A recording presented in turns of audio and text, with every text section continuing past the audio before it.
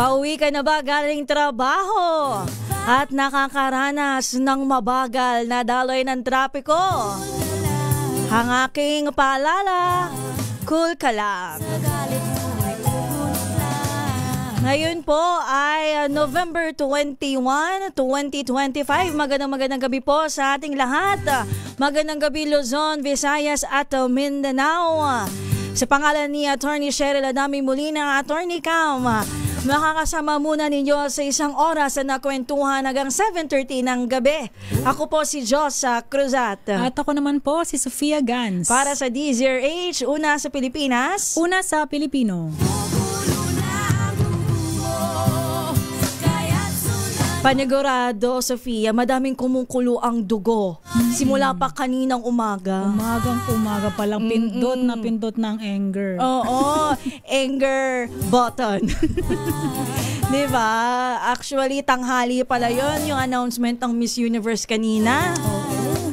Alam mo yung konting-konti na lang talaga. Akala talaga natin na magkakaroon na tayo ng 5th crown sa Miss Universe. Pero ang laban kasi ni Atisa talagang give na give siya. Kitang-kita mo confident siya. Yes. Kitang-kita mong ibinigay niya ang lahat. Kaya medyo sa part natin yung mga Pinoy, meron tayong konting lungkot. Awan ko lang yung iba dyan. Baka hindi na tumuloy pumasok. Ako muntik na eh. Mag-leave muna isang linggo. Dadamdamin daw muna nila. Pero hindi biro yung third runner-up, hindi pa rin biro yun. Yes. Sa dami ng bansa ba naman nakalaban ni Atisa. Kung hindi ako nagkakamali last na napasama sa top 5 ng Miss Universe ang Pilipinas is noong 2021, time ni Miss Beatriz Luigi Gomez. Top 5 siya, kasama siya sa top 5. Hindi ko lang alam kung after top 5 ay may top 3 kasi may mga ganong season ng Miss Universe eh. Sinong nanalo nun? Sinong nanalo nun 2021? Alam mo kasi pag hindi Pilipinas, dito manatag sa akin eh.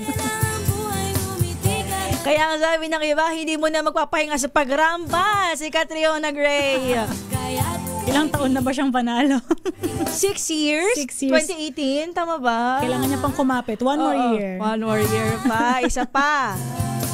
Okay, pero hindi biro ang ginawang paglaban ng aking kababayan na si Atisa Manalo from Quezon Province. Proud na proud yan. Siyempre naman. Ang alam ko, ang dami sa amin na may pay-per-view. May paganyan. Pati si Gobernadora Dr. Helen Tan. Alam ko may paganyan sila sa Pagbilao, Quezon. Meron din. I don't know lang if sa Candelaria kung saan tubo si Atisa. Kung meron din silang paganon. Pero ang alam ko yung school na kung saan siya nag-aaral, which is di ko na lang muna babanggitin. Pero based siya sa Lucena City, meron din silang pa-pay-per-viewing kanina. Hindi mo naman siya naabutan sa school o magkaiba ba kayo? Hindi naman, pero chika ko lang ng kaunti. Kasi proud na proud ako na after manalo ni Atisa sa Binibining New Gyugan, yan ang pinaka-prestigious pageant namin sa Quezon Province. Ay nagsali ako ng production. Nagkaroon ako ng chance na maging kasama sa production nung the next year. Nung ipapasa na niya ang corona niya. So kasama namin siya sa rehearsals, ganyan. Hindi ko makakalimutan. Hindi lang ako nagpa-selfie sa kanya, yung mga kasamahan ko meron. Hindi ko makakalimutan talaga na pinahawak niya sa akin yung cellphone niya. Wow. Oo, kasi nga, ang gawa ko dun sa production na yun, parang sa backstage kami. So, pinahawak niya sa akin yung phone niya kasi papracticein niya yung kanyang farewell walk. Yan. Tapos nakita ko yung lock screen ng phone niya, aso. Favorite daw niya, aso. Tapos na nakakwentuhan namin siya. Basta, ang dami kasing lahi ni Atisa Manalo, 1/4. Yung tinanong namin siya kung anong lahi niya, ang bilis niya magsalita, 1/4 ganyan, 1/4 Spanish. Memorize na niya. Ganyan. Alam niyo kung anong isasagot niya kapag may mga katanungan sa kanya about sa kanyang lahi. Diba? Pero kahit ano pa man ang dugong nananalaytay kay Atisa Manalo, pinakang prominente pa rin dyan ang pagiging dugong Pinoy niya. Doon ko masasabi talaga na napaka down to earth ni Atisa talaga. Noon pa lang nagsa-start siya. Naka-ano mo ba? Naka-interact mo? Oo. Pabukod pa dun sa cellphone? Of course, syempre, rehearsal pa lang yun. Diba, ay madaming rehearsal. And then yung pinaka pageant night, yun. Pero sinabi niya rin kasi dun sa Q&A niya na since 10 years old pa siya, nagpa-pageant. Grabe, ang dami niya ng experience na minasinalihan. Ganon talaga. Ay, pero wag tayong mapanghinaan ng loob. Taon-taon may laban ng Pilipinas dyan. Oo naman. Ay, pero magko-congratulate din tayo. Siyempre sa nanalo, kay Miss Mexico. Yan.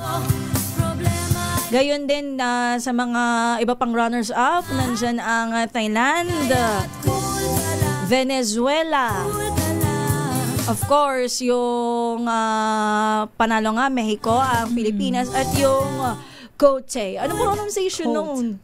Cote d'Ivoire. Cote d'Ivoire. Yan. Actually, akala ko talaga ang magiging magkatunggali talagang pinaka nung na-announce yung top 5 ay si Cote d'Ivoire at saka ang Pilipinas. Ayan. Ang winning moment ni Miss Fatima Fernandez. Yan. Pero mas kilala siya sa Bosch. Fatima Bosch. Bosch, yan. Fatima Bosch. Actually, tumatak din siya kasi nung nagkakaroon pala ng sashing ceremony ang Miss Universe, medyo nagkaroon ng tawag dito, naging rough ang start ng Miss Universe. Nagkaroon ng konting nagkainitan ng ulo. May mga walkout na naganap. Ay, powerful yung pagharap niya, Tisa. Doon, face card, back gunner. Ano yung tawag sa kanya? Manika? Monyeka. Yan. Ang ganda-ganda niya talaga. Kaloka. Tapos, yun na nga, si Miss Mexico, tumatak din siya kasi isa talaga siya sa napag-initan noon. Tapos, siya yung parang unang pinalabas siya ng venue. Tapos yung kasama na niya nag-walk out yung iba. Yan, para naman national costume. Yan ang national costume ni isa sa mga favorite ko talaga, pati yung sa Brazil. Pero yung kay Atisa, yung details, pag nakita niyo yung may post siya sa Facebook niya, may explanation. Ang ganda nung details talaga. Yes. Ayan, kita mo naman white na white siya. Ayun. Alam mo, ang gusto ko talaga sa kanya dito yung pagharap niya. Tapos pag ipangalanda ka niya yung face card niya. Yan. Wala na ibang kailangan face card na lang. Face economy. Congratulations, Maria T. Manalo. Talagang pina-proud mo kami sa iyong performance. At hindi naman syempre matatapos yan dyan. Asahan pa natin ang iba pang appearances ni Atisa Manalo kung saan-saan, of course. Syempre magkakaroon niya ng welcome back sa ang tawag nila doon, homecoming. Baka naman salubungin mo siya, umuwi kang Quezon, ikaw ang unang-una doon. Yes, sabi ko kay Go, sama ako dyan. Of course, syempre, super proud ang Quezon Province kay Atisa, kaya panigurado magkakaroon ng homecoming yan. Sino kaya ang pambato natin next year, no? Alamin natin kay Kel Bulias. Marami yung alam kung sino dapat yung mga umuugong ngayon pa lang, alam mo, di ba, pagkatapos pa lang ni Atisa lumaban, may mga umuugong na kagad diyan kung sino ang beta ng marami na sumali. Para nga masungkit na ang ikalimang crown ng Pilipinas sa Miss Universe. Cool ka lang dyan kung nasaan ka man. Kung ikaw ay nasa sasakyan, nasa bahay, o nasa trabaho at ikaw ay nag-overtime kay TGIF partner. Samahan nyo kami ni Sofia Gans na balikan ang mga malalaking balita ngayong araw na ito na tinutukan natin dito sa DZRH. And of course, makikibalita tayo sa kalagayan ng mga lansangan dito sa Metro Manila through our reporter RH27 Noche Kakas na palagian na lamang tawag dito, lumilibot sa mga gantong oras sa lansangan ng Metro Manila. Nagbabantay, nagmamatsyag sa kanya tayo magtatanong kung ano mga insidente na nagaganap, saka kung ano-ano pang mga, kung traffic, ganyan, or kung biglang baka nag-uuwian lahat. Sabay-sabay. Biglang umulan. Alam mo, sobrang aga pa, pero alam mo naman ang mga Filipino advance, kahit mga patapos na ay meron na sigurong holiday rush. Kailan ba natin na-anticipate ang ganyan? Parang as early as December? Oo, kasi kung kailan ang panahon ng pagbibigay ng bonus. Alam mo, pag nabigay na yan, dyan na magsistart ang holiday rush. Marami rin ang bumibili ng regalo last minute. Ayan. Tsaka mga Christmas party. Of course, syempre. Kung maraming Pilipino ang advance mag-isip, meron pa rin late talaga. Di ba? Meron pa rin Filipino time, kahit na mga ganitong kapaskuhan. Ilang araw na lang ba Pasko na? 34 days. 34 days na lamang. 34 days. More than a month. Unti-unti na lang. Oo nga. Super exciting. Pero kahit ano pa man ang mga malalaking balita na talaga namang kinakabahala nating lahat, tayong mga Pilipino, politics man yan, health issues, educational issues, economic issues, lagi tayong looking forward sa Pasko. Ito kasi yung pinaka-break natin from everything na isang taong stress. Yes. Pinaka-nilook forward natin. Ang ating oras, 11 minutes before 7 in the evening. Katulad ng nabanggit ko kanina, babalikan natin ang mga malalaking balita na pumutok ngayong araw. And of course, samahan nyo kami. Pwede kayong mag-comment. Live tayo sa ating YouTube channel, DZRH News Television.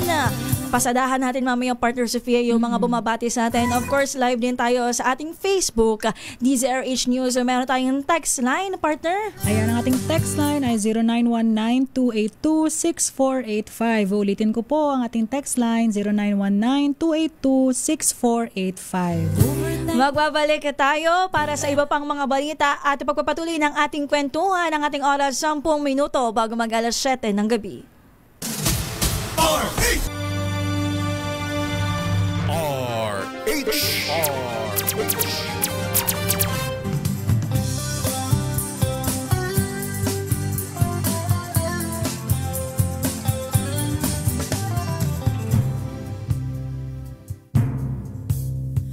Buhol-buhol ang traffic, kinat ka pa ng jeep, minura pa ng driver at ulo'y uminit. Kumukulo na ang dugo mo, kaya't sundan mo aking payo.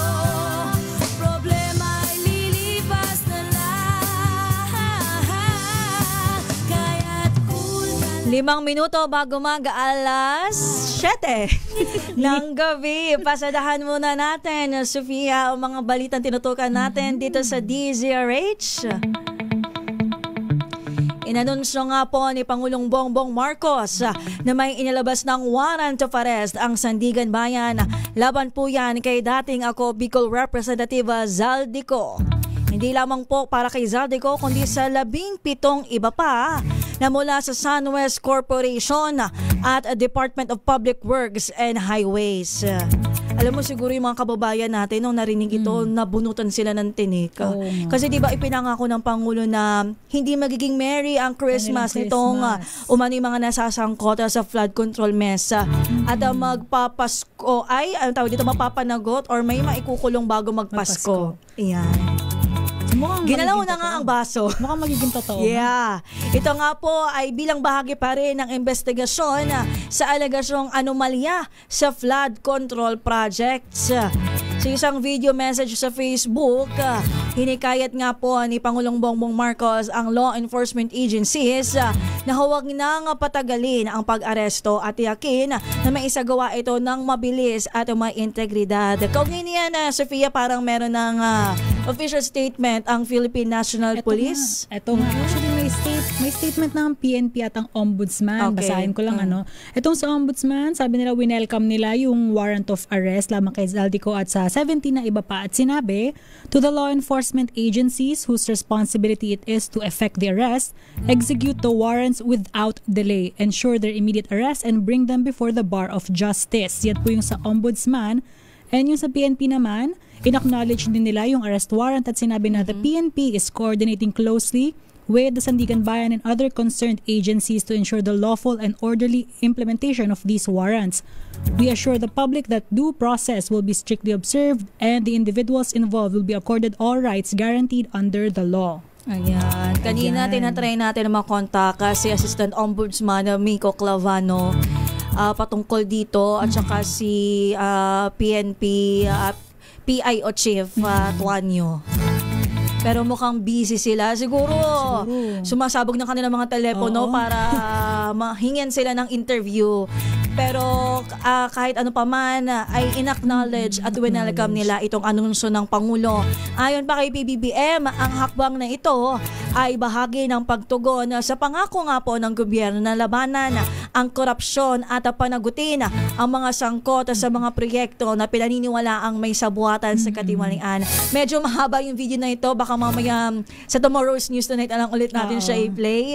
Pero kanina sabi ni RH14, Let Narciso, na hindi mo na nila ilalabas yung listahan dahil baka magsitakbuhan yung mga Pero naglabas din ng DFA kasi ng statement. So sabi nila, the Department of Foreign Affairs can cancel Philippine passports issued to Filipino citizens upon receipt of a court order issued by a competent Philippine court instructing the DFA to cancel a Philippine passport. This is pursuant to sections 4 and 10 of RA 11983 or the new Philippine Passport Act. As of this time, the department has not received such an order. Ayan, yun yung tugon ng DFA dun nga sa mga arrest warrant kay Zaldico at sa 17 na iba pang opisyal. Alright. So court order na lang talaga ang pinakang hinihintay ng Department of Foreign Affairs. So, pero ang point nila ay pwedeng i-cancel ang passport. Alright. At, ano pa ang mga balita, Sofia Gans, na pumutok ngayong araw na ito? Ito pa nga malaking balita. Nag-file ng motion to remain ang kampo ni Guo Haping o mas kilala natin bilang Alice Guo para manatili sa Pasig Female Dormitory.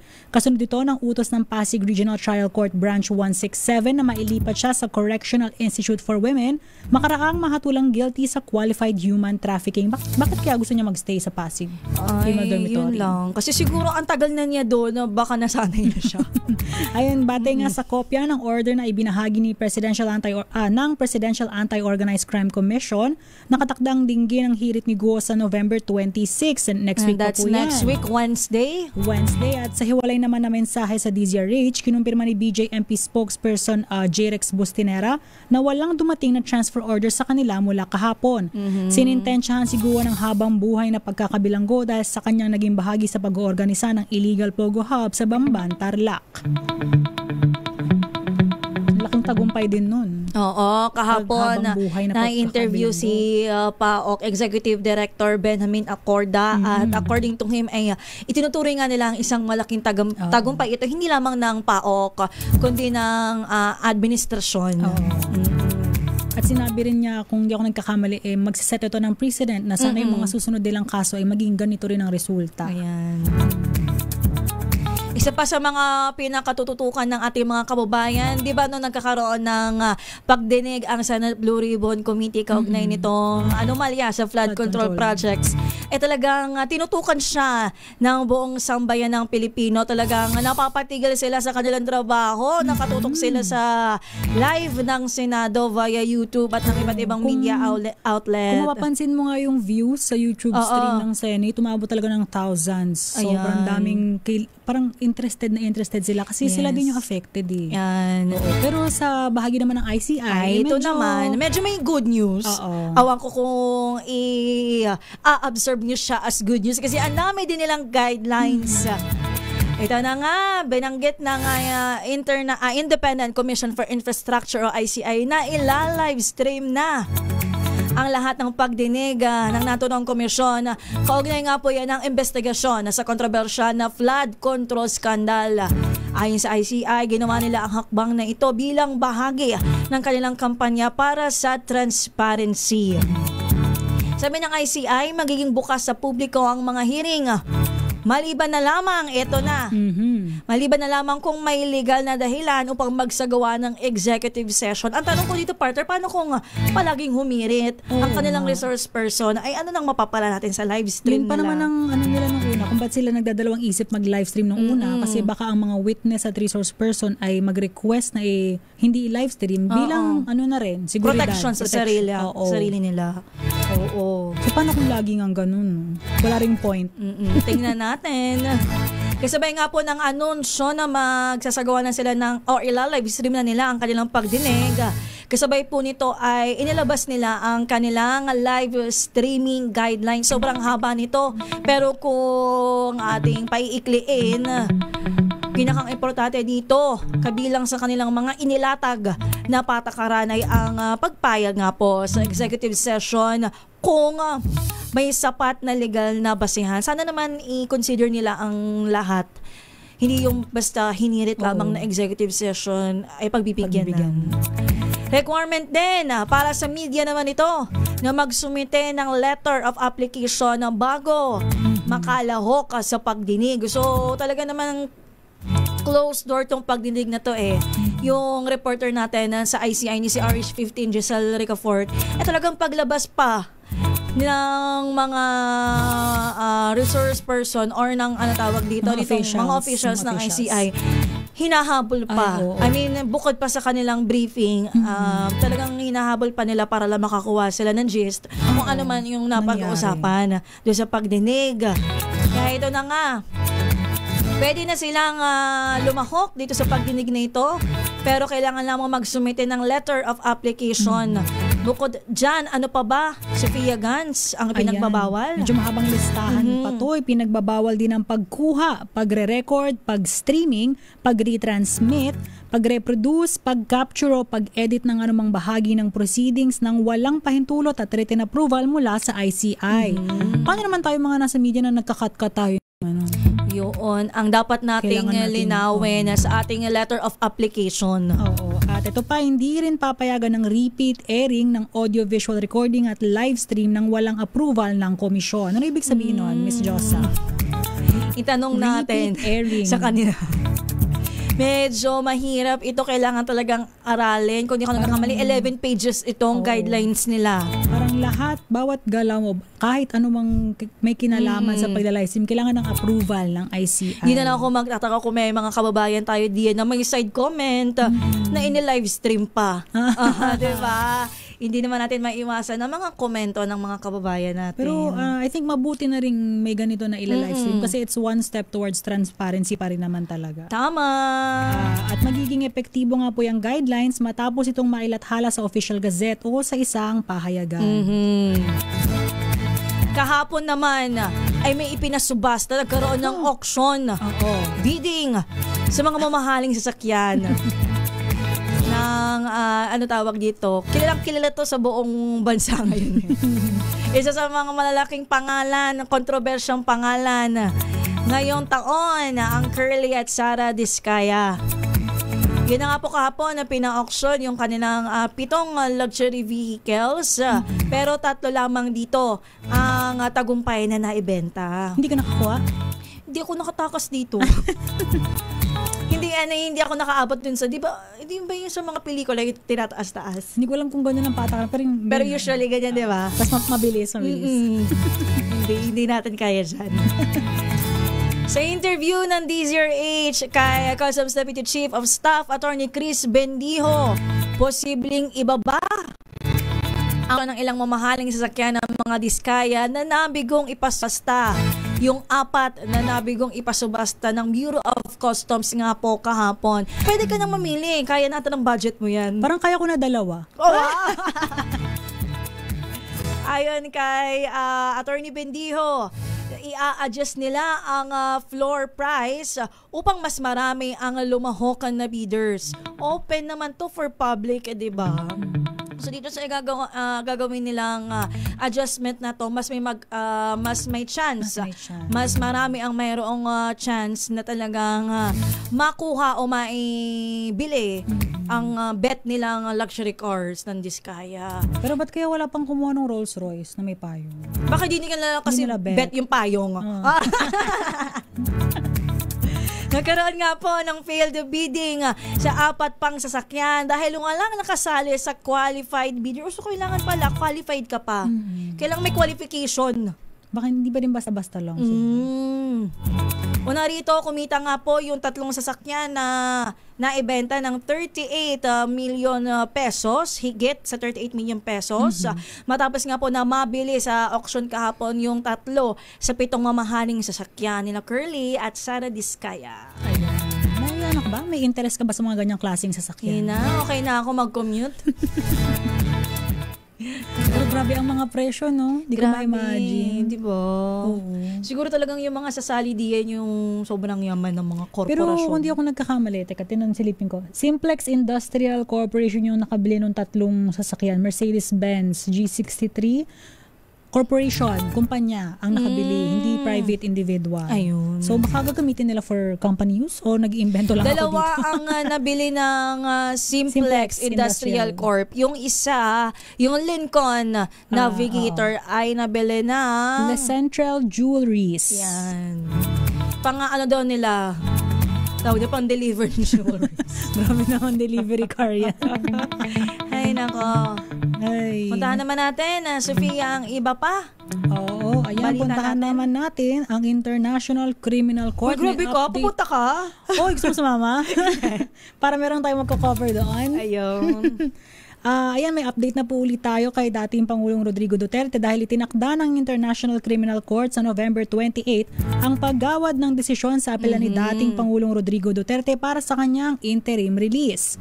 Nauna nang ibinasura ng Pre-Trial Chamber 1 ang hiling na interim release ng dating presidente noong September 26. Ilang buwan na rin palang Tagal tong na. interim release na to. Nagharap ng apela ang depensa noong October 14 at October 21. Nagsumite ng kaparehong argumento ang taga-usig at mga biktima ng war on drugs. Ngayong Nobyembre naman, iginiit ng ICC Office of the Prosecutor sa Appeal Chamber na panatilihin sa piitan si Duterte dahil umano sa kabiguan ng depensa na patunayan na nagkamali ang desisyon ng pre-trial chamber. Kung nga inyong matatandaan, itong Marso nga po, ng kasalukuyang taon, ay dinala ang dating Pangulo na si Rodrigo Roa Duterte dyan nga po sa detention facility ng ICC sa The Hague. Dahil po yan sa kasong crime against humanity na nag-ugata sa kanyang war on drugs. Ang dating Pangulo ay 80 years old na. Yes, at kung hindi lang nagkakamali, kaya nagre-request ng interim release ay dahil daw sa health niya. Tama ba ako? Ayan. Dahil sa health niya, dahil nga 80 years old na siya, pero hindi rin kasi biro yung madugong war on drugs. Kaya talagang sinusuri talaga, binubusisi So, kung abangan- pagbibigyan itong request na interim release, Oo. panibagong interim release ni dating Pangulong Rodrigo Roa Duterte. Kailan yun? November 28 sa isa pa. Isa pang Friday. Sa pang Friday. Sa next, sa TGIF. Sana magandang balita ang makuha natin. Oo. Isa pa sa mga balitang tinutukan natin ang nagpapatuloy na paghahanap sa mga nawawalang sabongero na umano'y itinapon dyan sa Lawa ng Taal sa Batangas. Sa huling update ng Department of Justice, halos 60 buto na pinaniniwalaang mula sa tao ang na-recover sa Taal Lake kahabang nga po nagpapatuloy itong paghahanap sa missing sabongeros. Ang pagkakaalam ko kasi, naaantala lang ito kasi sunod-sunod yung kalamidad Oo. na tumama sa atin. Ang hirap mag-search and retrieval pag ganun. Siyempre, yung kapakanan naman, seguridad ng mga sumisisid. Oo. And bukod doon, disturbed yung lawa. Oo, mahirap naman. Wala ka din makikita. Ayon po kay DOJ spokesman Polo Martinez, ang mga buto ay na-retrieve. Itong almost 60 bones na pinaniniwalaang mula sa tao ay na-retrieve noong November 6, 17 at 18. Tamo magkakahiwalay talaga siyang araw. Pinakamarami sa suspected skeletal remains ay naiahon noong Martes, November 18. Ang tawag dito, na umabot sa 26 pieces. Inaalam kung ang mga buto ay mula sa mga sabongero na dinukot at nawawala mula 2021 hanggang 2022. Ang mga biktima ay sinasabing sangkot sa game of fixing sa mga big-time cockfighting derby. Ang tagal na rin ang issue na to, no? Ang hirap kasing tukuyin yan kung kanino ba yung mga remains, mga bones na yan. Sobrang tagal din kasi siya. Alam mo, hindi naman ako eksperto. Pero parang ang hirap i-determine. Buti nga nakukuha pa nila eh. Tsaka rin, medyo natatabunan din yung issue kasi ang dami pang ibang nangyayari. Flood control, Saldico. Pero buti nga at meron pa tayong mga tauhan ng PCG ba? PCG. Ang andun pa rin at tinatrabaho pa rin ang pagkolekta sa mga skeletal remains. Alright. Sabi, para kong host ng programa. Alright. Ayan. Ay, Ay, nako. Ano pa yung mga balita natin? Next ko na muna ito. Anong next mo na muna, Ian? Ang Bulkang Kanlaon. Kaninang umaga daw po ay nagkaroon ng minor lang naman. Minor ash emission. Ayon sa PHIVOLCS, tumagal ang pagbubuga nito ng abo ng 8 minuto. Kung saan umabot daw po sa 75 meters ang taas ng ibinugan nito na usok. Pero nananatili naman daw po sa alert level 2 ang Bulkang Kanlaon. Anong ibig sabihin nito? Posibleng magkaroon ng phreatic eruption ang bulkan anumang oras. Dahil dito pinapayuhan ng publiko na huwag pumasok sa loob ng 4 km permanent danger zone upang makaiwas sa panganib. Grabe, no? Ano kayong, syempre, lagi natin inaalala yung mga kababayan natin dyan sa may Negros Island. Kasi hindi naman natin alam kung kailan may mangyayari. Kahit pa ash emission, kahit ang minor lang siya, nandun pa rin talaga yung pangamba ng mga tao na nandun mismo sa lugar. Oo, pero hindi rin natin madedenay na may mga ilang pumapasok pa rin dun sa permanent danger zone kasi mga bahay nila ari-arian nandun, may mga pangangailangan. So hopefully, on a national level, matugunan nyo na hindi na nila kailangan i-risk pa yung kanilang buhay just to survive. Sa ating pagbabalik, kapag usapan natin yung daw pong Cybercrime Investigation and Coordinating Center ay nagbabala ngayon pa lamang November 21 sa laganap na scams ngayong Kapaskuhan. Ano nga ba mga scam? Ano pwede natin o na dapat nating iwasan ngayong Kapaskuhan? Syempre hindi lang naman ngayong Pasko, lagi-lagi naman may mga scam, hindi na talaga natin tigil yan. Pero syempre iba pa rin talaga ang kawatan kapag ganitong holiday season, di ba? So pag-uusapan natin yan sa ating pagbabalik. And of course, makibalita tayo kay RH27 Noche Kakas. Ang ating pong oras, 7:14 ng gabi.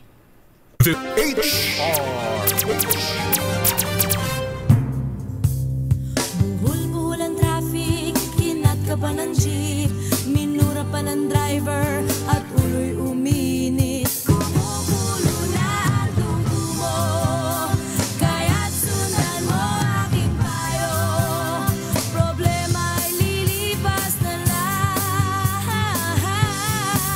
kaya't cool ka lang. Buhol-buhol naman ang traffic sa area mo, RH27 Noche Kakas. Makibalita tayo ang kanyang report. 2 overstaying Korean nationals at wanted sa iba't ibang kaso. Ano naman yan?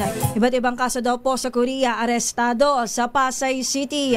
Idetalye mo ang balitang yan, RH27 Noche Kakas. Noche. Inaresto ng Bureau of Immigration Fugitive Search Unit ang 2 puganteng Koreano sa lungsod ng Pasay. Naaresto sina Lee Jing-yu, 32 anyos, at Kim Jae-won, 26 anyos, na parehong wanted sa kanilang sariling bansa. Pinusasan si Lee sa Metrobank Avenue kung saan subject ito sa Interpol Red Notice para sa kinasangkutang pagpupuslit ng 3,000 gramo ng illegal na droga. Dumating si Lee sa Pilipinas noong December 2023 kung saan itinuturing na overstaying alien dahil sa bigo itong mag-extend ng kanyang visa. Si Kim naman ay pinusasan sa isang kondominium sa Pasay malapit sa Bay Area. Wanted naman ito sa Korea for fraud matapos makapanloko ng 2.27 million Korean won mula sa mga nabiktima sa isang business loan scheme na may warrant of arrest mula sa Guyang Branch Court at mayroon rin umano itong Interpol Blue Notice. Bigo rin umano si Kim na mag-extend ng kanyang visa makaraang mag-expired ang kanyang pananatili sa ating bansa. Noche! Oh, you know the drill. Kamusta na ang trapiko dito sa Kamaynilaan? Yung EDSA southbound lane papuntang lungsod ng Pasay Rotonda ay moderate to heavy yung traffic. Yung papasok naman dito sa may Aurora Boulevard papuntang Andros Avenue, masikip ang traffic Pero pagkalagpas naman dito sa pagdating naman dito sa may Andros Avenue, kakanan, o yung mga kumakaliwa ay maluwag naman ang daloy ng mga sasakyan. Yung domestic road, maluwag din sa motorista. Yung Quirino Avenue naman, galing dito sa may Mia Road, papuntang pa Las Piñas, maluwag din sa daloy ng traffic. At sa ating pag-iikot dito sa ating pinuntahan, gaya ng sa lungsod ng Makati, Pasay at maging dito sa may Parañaque area, ay wala naman tayong nadaanan untoward incident. Noche, kamusta naman ang weather? Maulan-ulan ba o mainit ngayong gabi? Ang weather, kung ikaw ay nagja-jacket, kailangan mong alisin para hindi ka mapawisan. Sobrang maalinsangan. Good news naman para yan sa ibang mga kababayan natin na pauwi. Maraming salamat, Noche. Balik sa inyong dalawa, Josa at Sophie.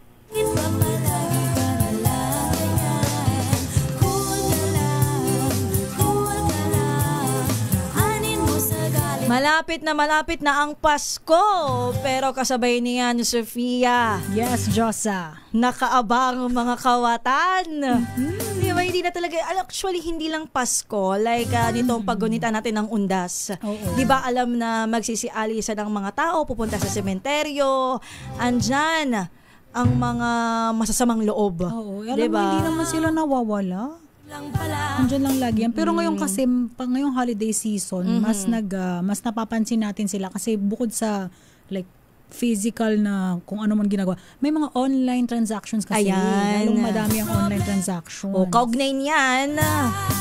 Nagbabala nga po ang Cybercrime Investigation and Coordinating Center o ang CICC sa paglaganap ng online scams ngayong Kapaskuhan. Partikular na dyan ang mga modus na tumatarget sa mga mamimiling abala sa holiday rush. Kung yan ay mapa-mall, mapa-palengke, mapa-online.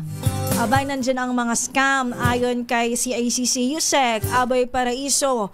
Ito na nga, online shopping scam ang pinakakaraniwang panloloko ngayon. Bakit kamo? Kasi ang daming mga, ang tawag dito, yung mabilis kasi tayo maengganyo. Ano ba yung mga sale? Yan, yung sale. Ito, nabanggit dito, big deals. 50 off. Ayan. 70 off. Alam naman tayo mga Pilipino, kung saan nakakatipid, dun pupunta, ay ugaliin po nating i-check. Kasunod ng online shopping scam. At yun naman daw yung kasunod na parang pinakalaganap na scam ngayong Kapaskuhan. Ang tawag dito, mga pekeng rider o delivery claims. Yung kakatok sa inyo, tapos meron doon kayong COD items, hindi papabayad din sa inyo. Ikaw naman, sa sobrang dami mong in-add to cart at ipinilace order, tanggap ka na lang ng tanggap. Ugaliin din natin na i-keep track yung mga orders natin. Tama. At kung may mga kasama tayo sa bahay, kagaya namin, sinasabihan namin yung family namin, may parating ako, ganyan-ganyan. And anong halaga if COD, di ba? Ako kasi, minsan, may mga, ako na, hindi ko talaga sini-COD. Para, abala din naman kasi yun, no, pag-aabot ng pera, ganyan. Pero yung iba kasi, naiintindihan ko, ayaw nila ng, tawag dito, yung online payment. Kasi nag-fail or, scam din. Maaring ma-scam din sila doon. No? Lalo na kung malaking halaga. Pwedeng hindi dumating or ito nga, kabilang sa mga reklamong natatanggap ng CICC, yung mga kahon na naglalaman ng bato, basahan o ibang walang kwentang laman. Grabe naman yung basahan na yan. Pero nakakita ko ng totoong kwento online. Ano ba yung binili niya? Sapatos ba yun? Ano natanggap? Alam mo yung bato? Hindi ko alam kasi ang hirap din paniwalaan, online siya Pero ramdam mo yung hinagpis nung tao. Diba? Grabe naman na mga scammer na yan. Dahil nga po dyan, muli nagpaalala ang CICC sa publiko na siguruhing lehitimo ang mga online shop. Ano nga tawag dun sa yung application na pwede kang mag-sell? Hindi ko ko lang siya mabanggit online. Ano yun? On air. Carousel? It's an Orange app. Orange app. Basta yung mga online delivery platforms, online shop Pati platforms. Facebook Marketplace. Ayan, oo yan. Actually, medyo mas delikado dun kasi somehow sa mga Orange app o sa Clock app, may protection pa somehow. Parehong seller at buyer. Sa Sa bagay. Facebook Marketplace kasi makikipag-usap ka lang talaga directly. So, mas prone to scam siya. Ayan. ng bahay. Iwasan magpadalos-dalos sa super deals. Wala pong instant ngayon. Maliban na lang talaga kung totoo yung offer na yan. Mag-check tayo, mag-background check. Suriin ang seller ratings. Ayan, lagi kong gawain yan. Kasi, syempre, kahit na legit yan, doon ka pa rin diba sa quality, Oo. kung alin din yung dekalidad. So, tinitingnan ko yung seller ratings, yung mga reviews. Actually, kapag gusto kong bilhin yung item, tinitingnan ko sa review yung media, Oo. yung picture. Mismong product. Oo, yung na. product. Para kung ano ba siya tingnan Tama. na point of view ng tao. Hindi yung edited na picture. Yan. Gawin mo yan para hindi ka mabiktimang ng holiday scams. Onting ano lang yan, onting effort on our end para Yes. hindi mabiktima. At kaugnay niyan, inilunsad ng Department of Information and Communications Technology o DICT, katuwang ang UP Diliman Extension Program, ang Oplan Paskong Sigurado at ang Cyber Education Program. Ayon po sa DICT, layunin nito na tiyakin ang kaligtasan ng publiko at palakasin ang cybersecurity ng bansa ngayong holiday season. Ayan, importante nga na maging educated tayo kahit sa mga simpleng bagay na ganito na online transactions, pagiging careful sa ating pagbabayad gamit ang online payment. At kasabay po ng pagdami ng online shopping at digital transactions, mas paiigtingin pa ng ahensya ang protection laban sa cyber threats. Bahagi rin ng programa ang UP DICT Cybersecurity Micro-Credentials Program na layong paramihin ang mga kwalipikadong cybersecurity professionals sa bansa. At dahil dyan, advance Merry Christmas sa mga nakatutok sa atin sa YouTube live natin. Kay Melvin Letrodo, maupay nga gabi daw sa atin dalawa. Gayon din kay Joy Garimbao, watching daw siya from Michigan. Wow, good Of evening. course, kay Miss Teresita at Yenza na palagi nakasubaybay sa atin. Magandang gabi po at advance Merry Christmas. Gayon din kay, kung ano man tuloy na pangalan ni Rider Scorpion 7923. Magandang gabi sa iyo. Gayon din kay Noel Dorosan. Yan, sa ating Facebook naman. Teka, pupuntahan ko lang ang Facebook natin. Oh, tinan mo naman, may anong tawag dito? Problema ay lilipas. Ayan, sa Yung ating, sabi ni Miss Teresita Atienza, hindi na ako nag-online shopping sa mga app, dami kasing palpak ang quality. ayun din. Oo, di ba? Kung hindi ka man mascam na walang dumating, mascam ka naman na pangit ang quality. Oh, yun talaga. Sino yung mga nakikinig sa atin sa Facebook? Sa Facebook naman, magandang gabi po kay Leo Cervantes Javares o Havares, Miggy Falier Villa, Jairo Din, sabi niya pa shoutout daw mga ate o Shout out sa'yo. Si Henry Escalante Dolohan from Botolan, Zambales. Good Hello evening po. po sa inyo. At kay Mark Joseph Victorio. Yan po ang mga nakatutok sa ating Facebook Live ngayong gabi. Ang ating oras, 7:31 ng gabi. Kami po ay magpapaalam na. Nakasama ninyo sa isang oras na balitaan and of course, syempre, kwentuhan at kumustahan sa pangalan ni Attorney Cheryl Adami Molina, si Attorney Cam, ako po si Josa Cruzat. At ako naman po si Sofia Gans. Para po sa DZRH, una sa Pilipinas. Una sa Pilipino. Susunod na po ang programang Lunas, ang ating oras, 7:31 ng gabi. Hindi